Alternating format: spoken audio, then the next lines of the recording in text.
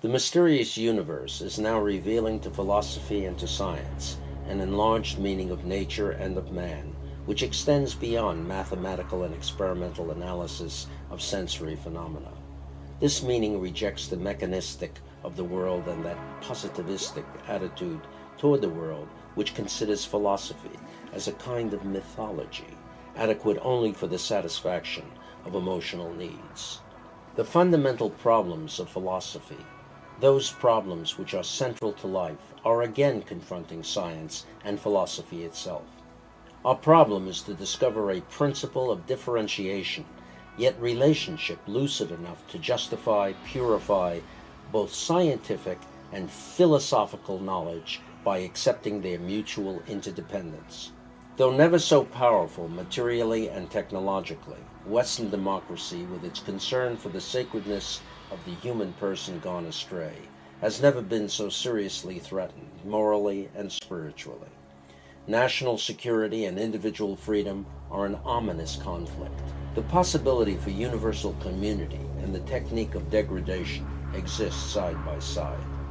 The conception of the wholeness, unity, of organism is higher and more concrete than that of matter and energy. Thus it would seem that science itself must ultimately pursue the aim of interpreting the physical world of matter and energy in terms of biological conception of organism, an enlarged meaning of life, of biology, not as it is revealed in the test tube of the laboratory, but as it is experienced within the organism of life itself.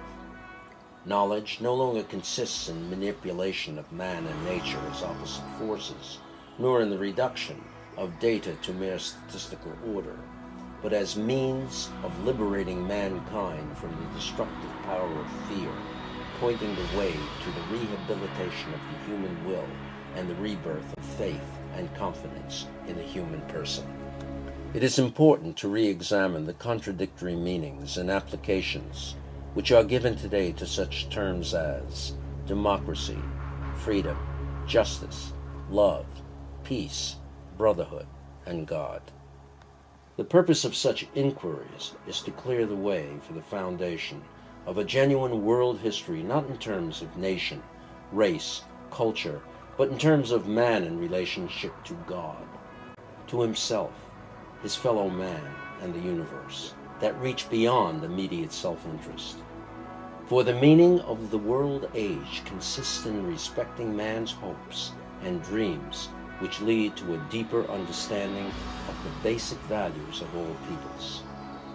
The triumphant advance of science, culminating in new realities concerning the subatomic world and overthrowing traditional assumptions of causality and uniformity, has almost succeeded in enfeebling man's faith in his spiritual and moral worth, and in his own significance in the cosmic scheme. This was the epilogue of Ruth Nanda Anson to Eric Fromm's The Art of Loving. But her final statement and quote was of the most extreme kind of glory for human thought. For as one's thinking is, such as one becomes, and it is because of this thinking should be purified and transformed, for were it centered upon truth, as it is now upon things perceptible to the senses, who would not be liberated from bondage?